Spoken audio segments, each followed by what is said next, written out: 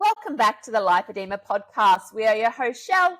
And Tiana, and tonight we are joined by a special guest and lipedema warrior, Kelly Johanson. Kelly, thank you so much for joining us tonight. No worries, happy to be here. Awesome. So, Kelly, we're going to get straight into it. How did you come to learn of lipedema, and when was that? I was very late to the party. I only learnt about it through circumstance, again through Googling after being nagged by my husband to look into what was wrong with my legs because the pain and the touching sensations that I was feeling, he felt weren't normal. And again, one night I was just scrolling on YouTube or the internet or something, and this lady's legs popped up in the images.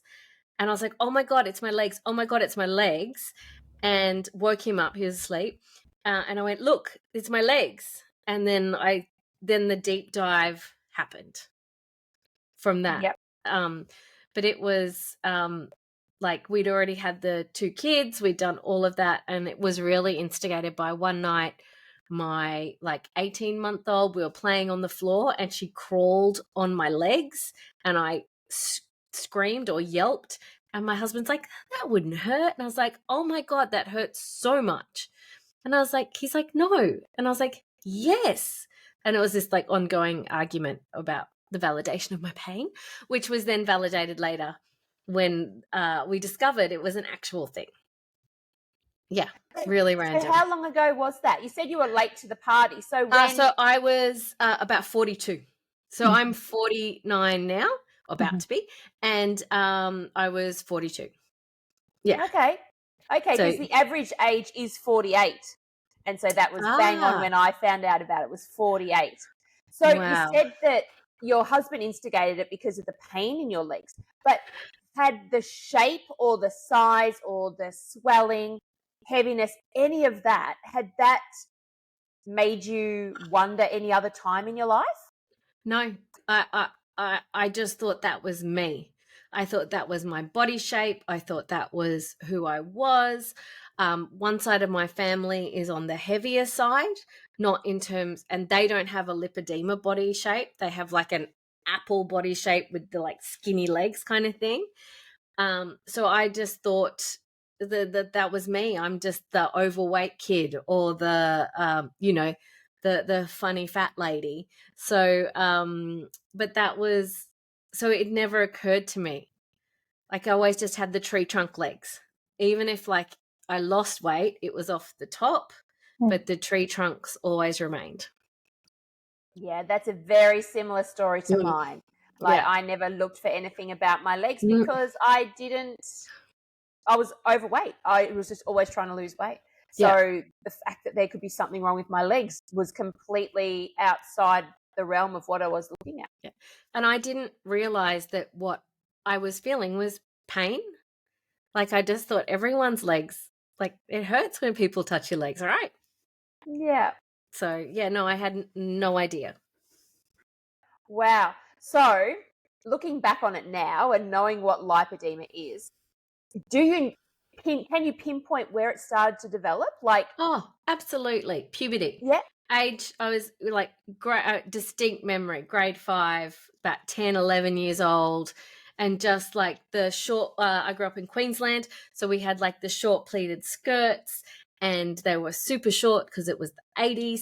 And we didn't really have bike pants back then. So your thighs would rub and your skirts would run up, and distinct memories, and having to sit in class photos with my legs are double the size of all the other kids and stuff. So it's it's all there, in all of the photos, for want of a better word. I just had no idea. I was just the fat kid. Yeah. It didn't have a name yet. Yeah. No, there was no name, and it was just me.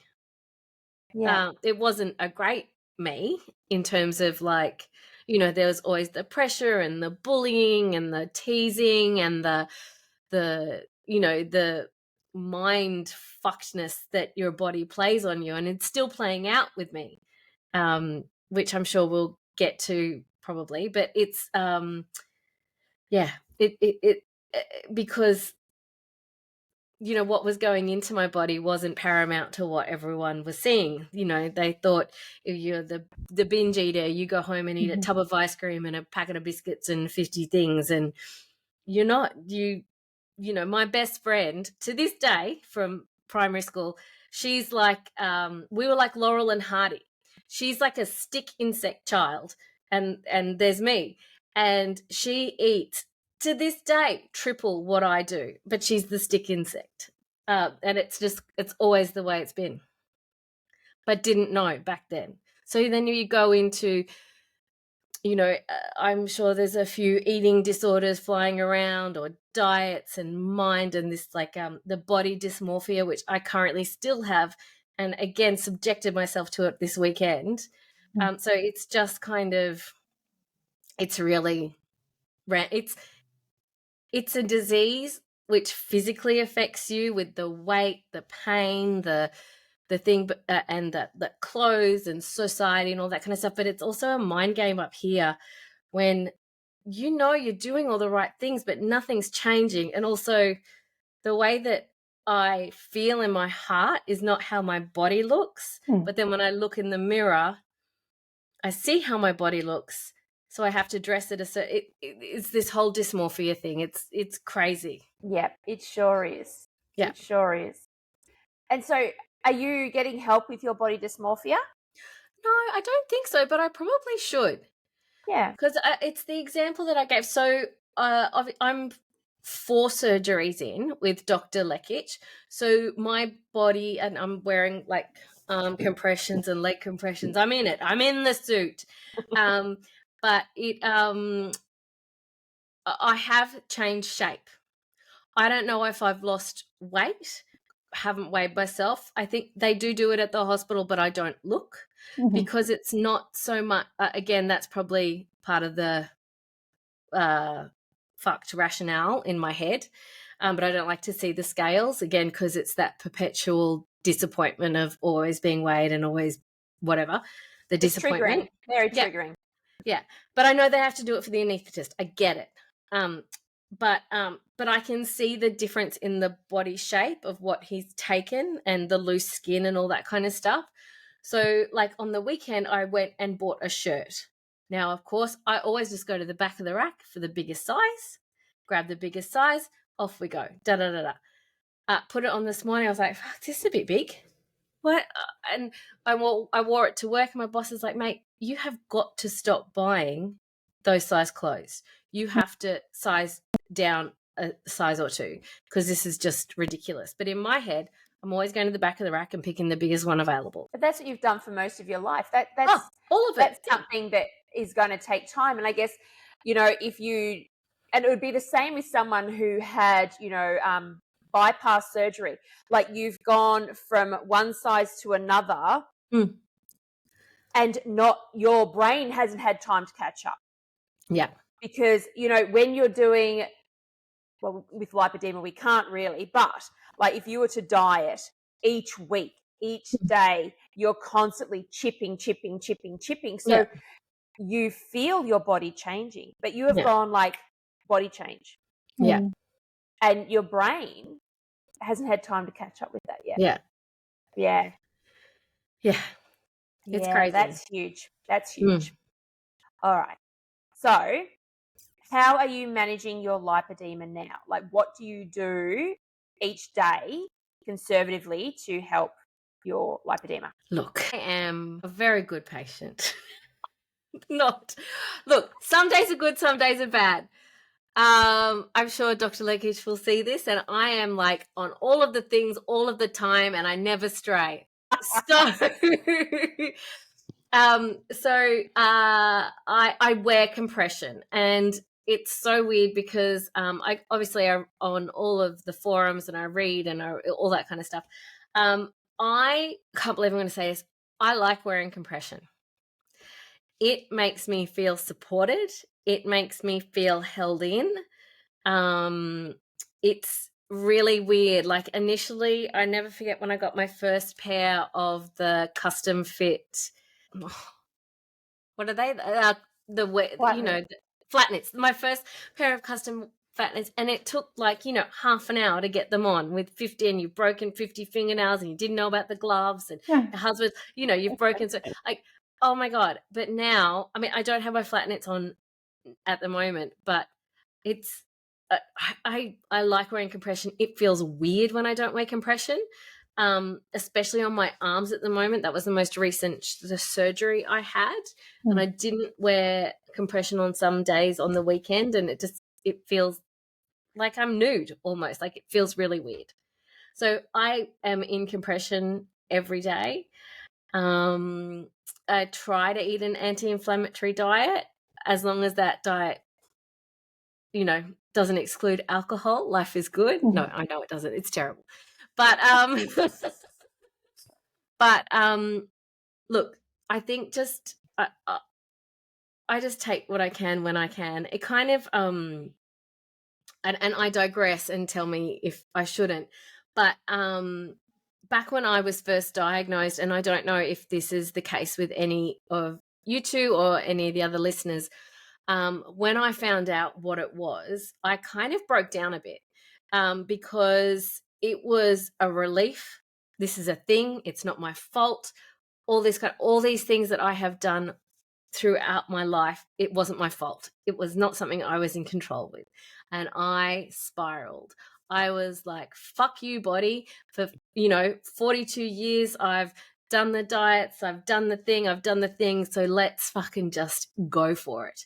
And I piled on a stack of pounds. And I was really unhealthy and really unhappy.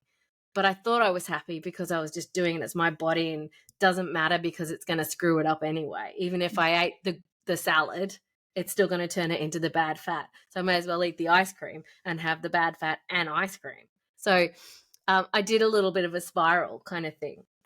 But then it came back around. Like, I felt like crap. It wasn't just that, but like, I think it was just, I was so, and that's why I think I continue to say I have this love-hate relationship with it. I love that I have a diagnosis. I love that I can understand it. And I love that there are treatments and things available. I hate that it has affected me. I hate that it has screwed with my mind. I hate that, I haven't done all of these things through my life because for whatever reason I was ashamed of my body or how I felt or how I looked. Kelly, yes. I can absolutely relate to those feelings of rebellion. When you realize that there's limited things that you can do to control how your body reacts. And then new things as well. So before it was exercise more and eat less. And because we've been told that for so many years, and that's what we've tried to do, knowing that that doesn't help anymore, and it's all these new unfamiliar things that help, I definitely went through periods where I was like, well, I may as well just eat the ice cream because I'm going to get fat anyway. Right. Yeah. And it took a little while, and probably there will be ebbs and flows of that depending on, and Shell and I talk about this with restrictive diets and things like that. Sometimes we're really gung-ho and we're in the mood to be on plan and we're feeling good about it, and it's this perpetual motion. And sometimes we just need a break from from being disciplined. Sometimes we need a break from following the rules. And it's how that becomes, if it becomes longevity, then that's a problem. But if it's short-lived, then we're human, we're not robots. So if we give ourselves a little bit of freedom sometimes, I don't think there's anything wrong with that. But I can definitely relate to that spiral and that, fuck it, I'm going to hurt my body's going to grow anyway. What's the point in being good? Yeah, I definitely went through that. Out of that, because that's so hard to get out of. To be fair, I think I just started feeling the effects of eating badly. I know that sounds so cliche, but you just feel slothy, and I felt heavier and lethargic. And not to say that I then went to the gym 50 hours a day and got rid of it, which I didn't, but I don't think I turned myself fully around. But I've got two young kids and a husband. It's not like I just wasn't that kind of person in the first instance. I wasn't ever a binger. I wasn't ever a big eater. So it was really, I just went back to my natural self, for want of a better word. Mm-hmm. What does it feel like to be able to eat whatever I want to eat? Yeah. Like, who knows that? When you're a big girl, like I've been a big girl my entire life, I've been constantly on diets. So when you let the reins go, I'm like, let's see what this feels like. Yeah. But yeah, we'll never stay there for long. No, because you you actually don't feel good. icky. Yeah. Yeah. That's just me. I'm sure other people get muchos joy out of food. It's just not my thing. I agree with you that once you start feeling crappy, you sort of try and dig your way out of that hole. It's not good. So you mentioned that you have been through numerous surgeries with Dr. Lekic at Walk with Freedom. Talk us through the timeline of those surgeries. Okay. So I'll back it up a little bit. Is that okay? So I originally met Dr. Lekic many years ago at some conference that I went to when I decided I was going to fix myself. And he was one of the speakers there, along with, I think, one of the Herbst, I think Karen Herbst. Anyway, so it kind of, he was always on my radar. I then went down, and I think a few people, obviously the finances behind these surgeries is incredibly expensive. I know some of the other surgery options involve the skin removal at the same time, and then you need 8 to 10 weeks off work, which kind of wasn't and still isn't an option for me, along with, kids. I just couldn't be ever laid up for that long. And I kind of just went to the side for a long time. And then coming out of COVID, I noticed that obviously being at home a lot and being more inactive by being stuck at home, and we live in a terrace house, so we have 3 levels and lots of stairs. I was finding that my mobility was becoming affected. My knees, getting up the stairs multiple times a day or an hour was just becoming more work than it had been. I then went and looked at Dr. Lekic again, knowing that his recovery process was shorter rather than the kind of 10 weeks. And that's kind of where I started looking. I have family up in Queensland. I was going to visit them for something. One of the nurses managed to sneak me in to an appointment while I was there because I happened to be there for 48 hours kind of thing. And it kind of went from there. And that was when that was January 2023. I had my first surgery with Dr. Lekic. So it was the end of 2022 when we kind of decided to move forward. I won't talk about finances. I'm very lucky in that I've had access through an inheritance that I can deal with this problem, because it came down to mobility for me. Getting close to being 50, and I still have youngish kids. So, and getting up and down the stairs, and it goes against, and I don't know if this is a me thing or it's definitely a mother thing or a woman thing. Putting yourself first sometimes is really, really hard.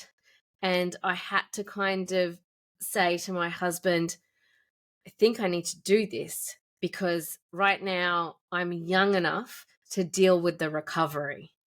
If I wait another 10, 20 years where it gets worse, because it's not going to get better, and then the mobility is worse, the recovery, I'll be older, it might take longer. I'm relatively healthy, youngish. Now's probably the time to do it. And that was the kind of attitude I went in with, knowing that I kind of wanted to be fabulous in 50 is kind of been my kind of the goal, is to kind of get these surgeries done and get to a point where I'm turning 50 in a year from now, that this is kind of better control, that I have more flexibility, more mobility, that I'm not, So that was the kind of where it kind of stemmed from. And I hate, and maybe again, it's the mother, woman, female thing where I had to justify that to myself. Like that that I'm putting myself first because I need the mobility, because I'm chasing these 2 kids that need all these, that have additional needs and need me to be around and move around for them. Not just because, do you know what? I need to do it for myself so that I can move, so that I can be, so that I can do the things that I want to do. But, that's on reflection. At the time, I needed to justify. And I think also because it's such a financial thing and it takes you out of the game in your recovery kind of thing.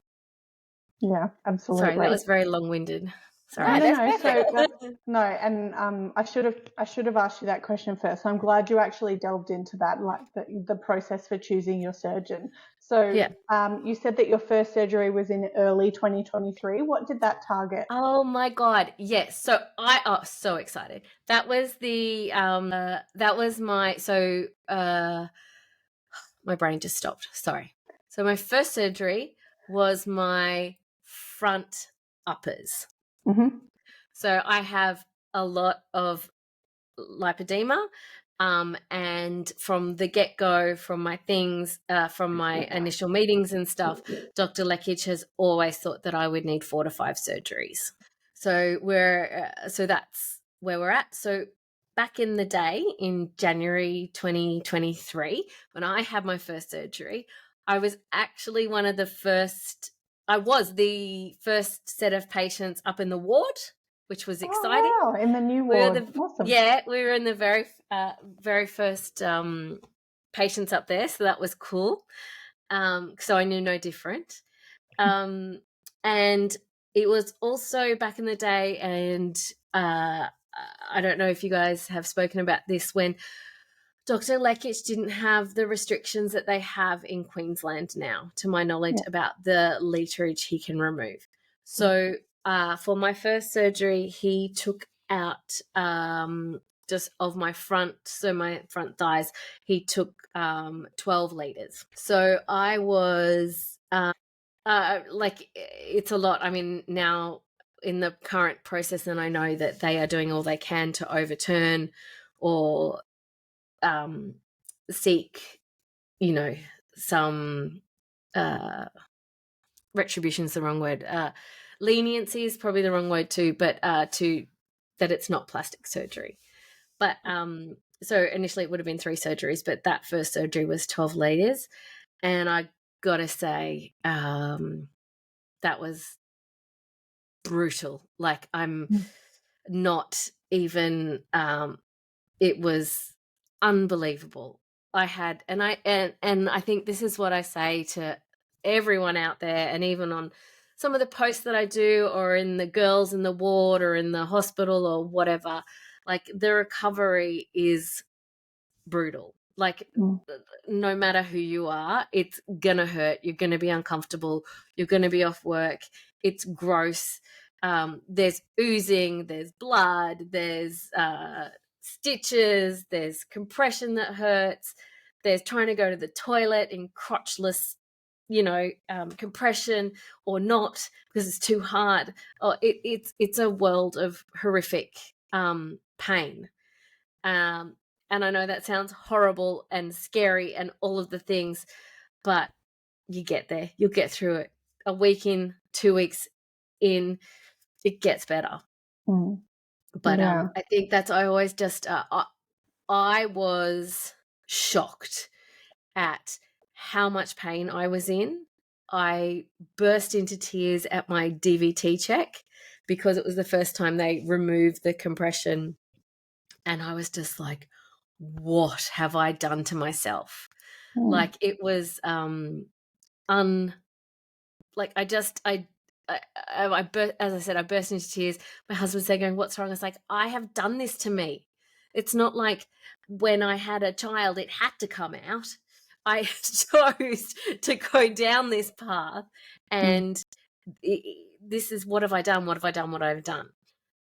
Eventually, like, you know, it comes good and the pain gets better and you get thing. But I think, yeah, it was a real shock to me. Big lesson. It's not an easy way out, that's for sure. No. So after that huge amount of literage, the 12 liters and the brutal recovery, you went again 3 more times. So talk to us about the timelines of those. Good on you, Kelly. Suck up for punishment. So they all blur. So the second one was in the July. So I waited a good 6 months. I think the thing with me also is that I try and time them with school holidays, because we travel up from Sydney. So we try and everyone gets a holiday but me, kind of thing. They have their theme park passes and off they pop, kind of thing. That's pretty normal anyway in a household. Yes. No matter surgery or not, the mother doesn't get a holiday. Yeah. So the second surgery was my upper posterior, so my butt and my thighs. And that to me and everyone was like a breeze. Like, I think, and still to this day, I mentally prepare each surgery like I'm going to end up in pain like the first surgery. So, and I've never given up on that train of thought, because if that's as bad as it gets, then I survive that and I can do whatever comes my way. But the second surgery, that was my butt, and obviously there's a range of fun things that go along with those surgeries. Trying to go to the bathroom, trying to put pants on, trying to sit down or stand up, oozing all over the places. It's great. But that, I think, so far has been my least painful recovery. Yep. But yeah, it's really interesting. And, you know, I see everyone with all their packing lists and stuff for hospital, and those nurses in there are so great and they so look after you and they'll tell you anything and everything you need. But yeah, it can be a doozy. Absolutely.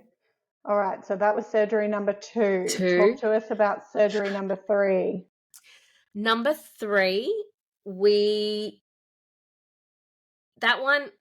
that's right. So number 3 was supposed to be in September, during the September school holidays, but we brought it forward, I think because of work, I can't remember, to August. And that was my lower back, the back of my lower legs, posterior lowers. Again, I think he removed 5 liters. We're at the 5 liter stage by then, which is you just hope they get everything they can. They don't need to go back. And that one was okay. I don't know what's okay anymore. Again, mentally prepared like my first surgery. It was definitely more painful than the butt one. But and the recovery is still like that was August. Like, I still have obviously loose skin, and I have the discoloration of the skin. And it's quite interesting on the back of my legs. You can see it's almost like you can see the line where they stopped, like, you know, around the front and the side. You can see where he's been and where he hasn't been. It's quite very distinct. But again, the recovery it's crazy. Legs up, oozing, walking.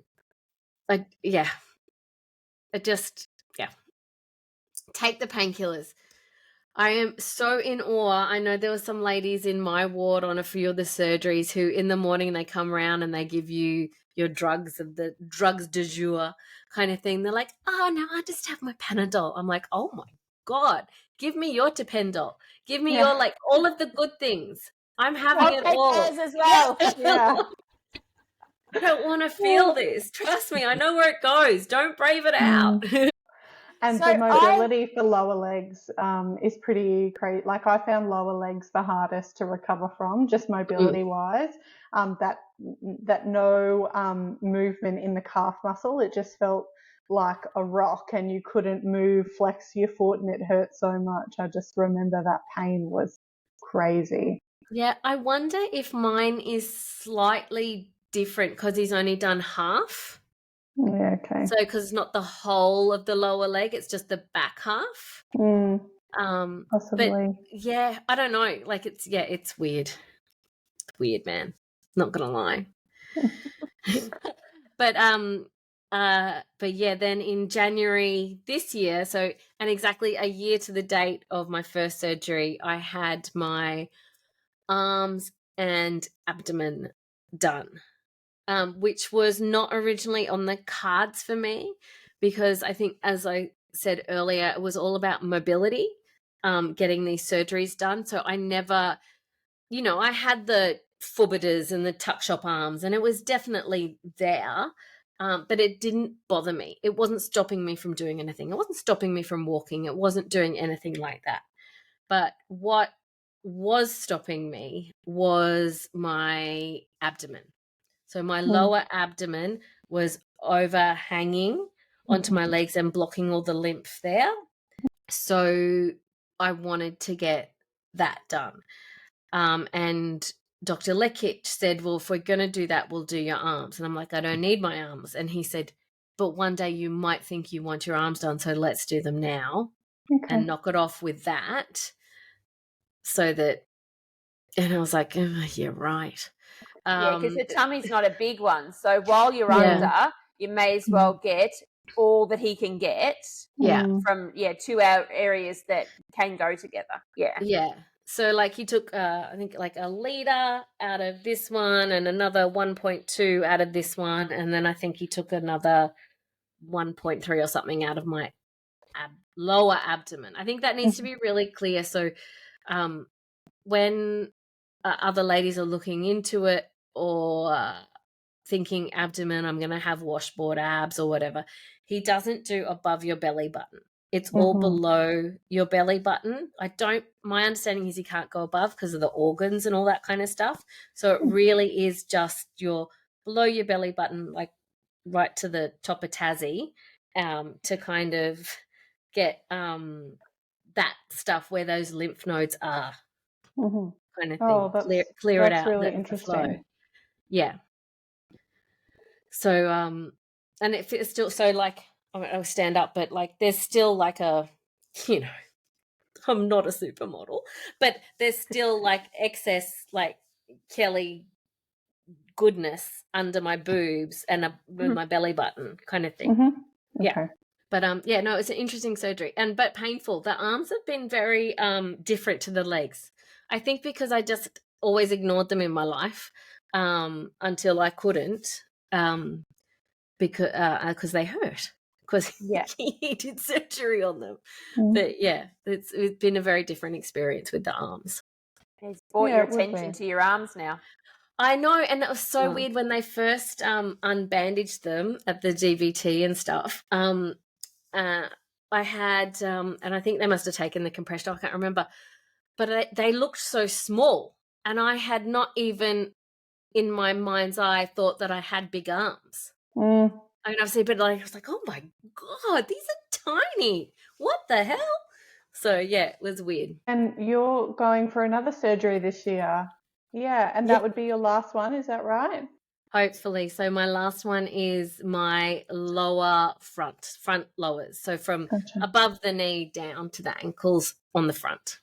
Yeah. And there's a big, I've got under my knee, really big bulge, that really bulbous area. I think a lot of us have.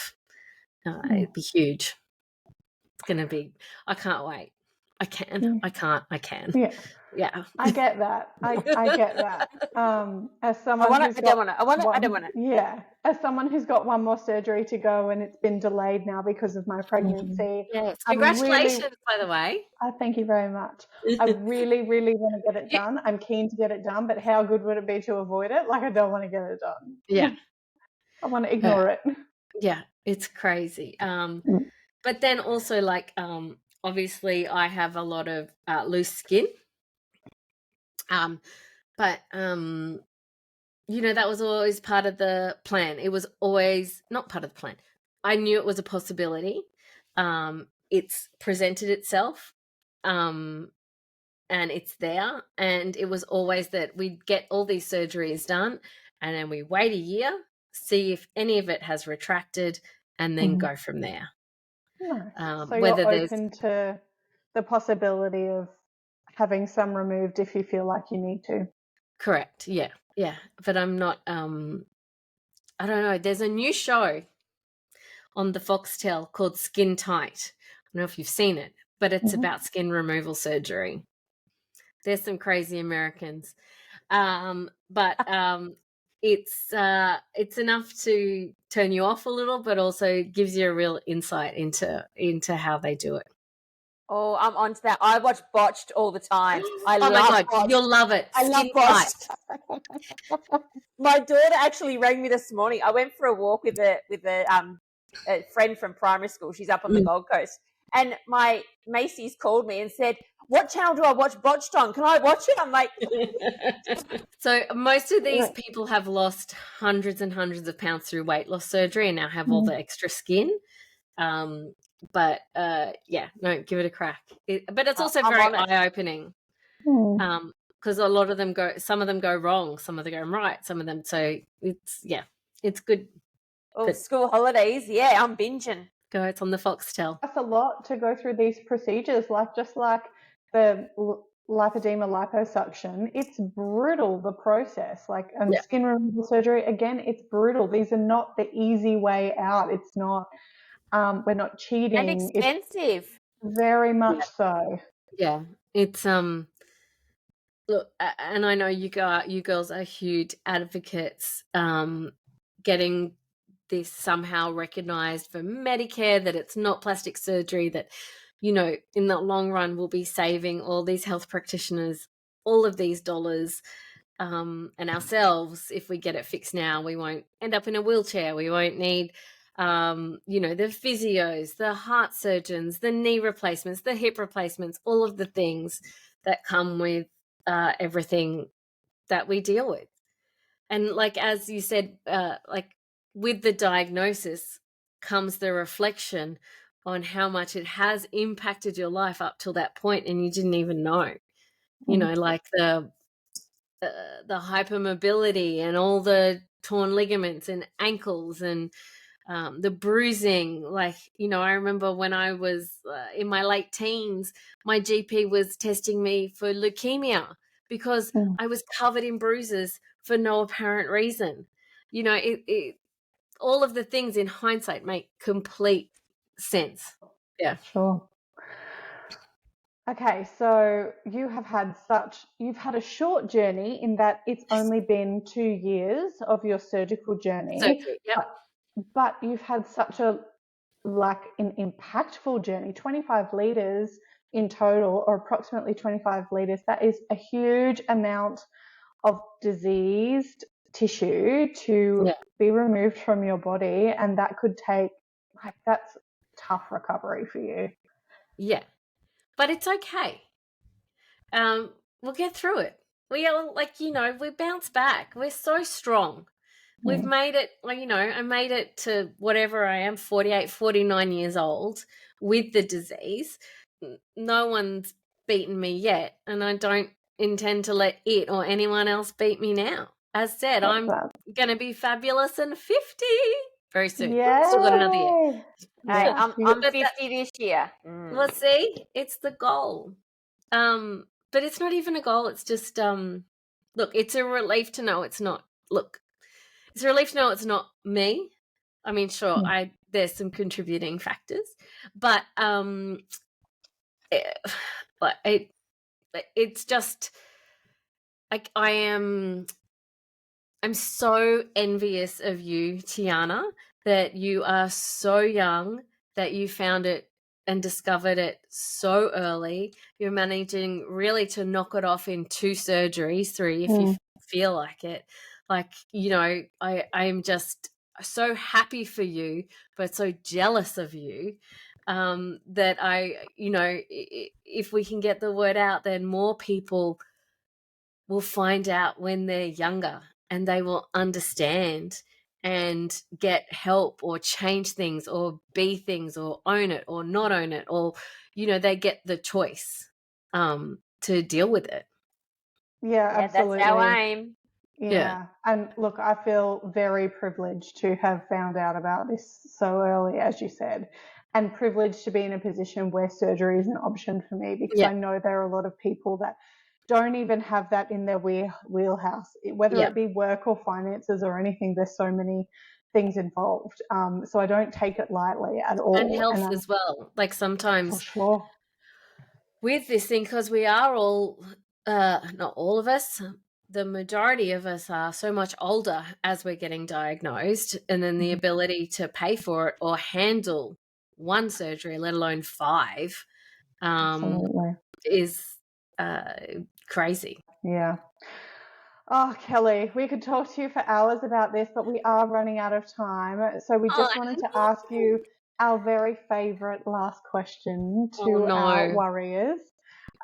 If you could go back and give your younger self a pep talk, what would you tell her?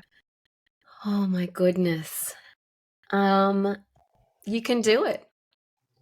You can do it.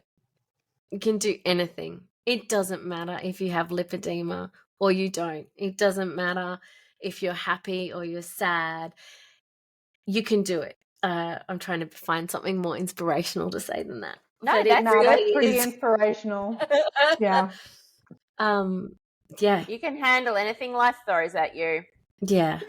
You can. But sometimes it's hard, but yeah, you can do, like, everyone can do it. Hopefully. Thank you, Kelly. That's all right. Thank you for having me. I feel like we could talk for another 2 hours. I've got so many more stories. Have to get you back on next time. After your last surgery, we can celebrate. Oh, that'd be great. Oh, absolutely. I'm very, I said I'm mentally still in the game. Some people are asking me how my pain is, and I still have pain, obviously, because it's in my lower legs, which is very impactful when you're walking and things. And there's still the weird numbness feeling. Obviously, it feels like it's a whole nother podcast. Sorry, but all the feelings post surgery. I don't want to invalidate anything like that, because there is pain and there is numbness. It's ongoing, and you won't feel good after 2 weeks. And I am 1 year down from 1 surgery, but I'm only 4 months down from my last surgery. So there's still numbness and pain. I get MLD every week, all that kind of stuff. So it's an ongoing process. But can do it. Got to do it. It's going to be great. So I keep telling myself. It is. It will be. I think sorry, Shell.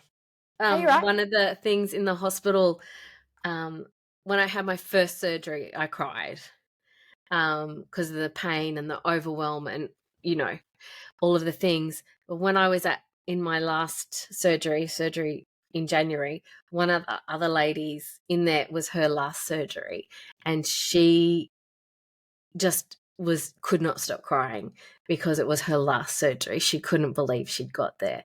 So I'm holding on to my current feeling of getting through it and getting it done, but I'm wondering if I'll have that same mixed emotion of, oh my God, it's done for the minute kind of thing. Yeah, it's an emotional roller coaster, that is for sure. Yeah.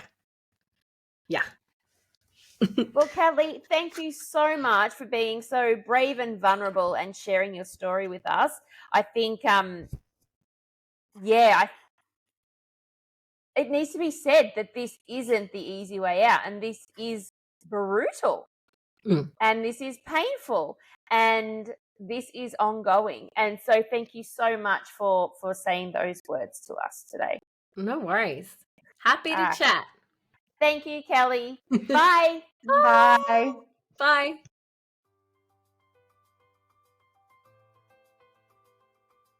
When we started the Lipoedema podcast, we relied on word of mouth and existing connections. Our following has happened organically, and we are so honoured by your support. As we learn more about the world of social media and algorithms, we have a request. When you are listening to our podcast or watching on YouTube, let us know what you think.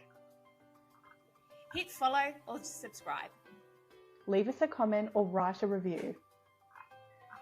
The more engagement we get, the more our message is shared. And the greater our reach to those women suffering in silence. Thank you for listening to the Lipoedema podcast. Lipoedema and its symptoms vary from individual to individual. The opinions and advice voiced in this podcast are of a personal nature and used for educational purposes. Please take away from this podcast what resonates with you, and please see your GP or preferred specialist for diagnosis and healthcare. We are Shelley and Tiana from the Lipoedema podcast. Until our next episode, bye for now.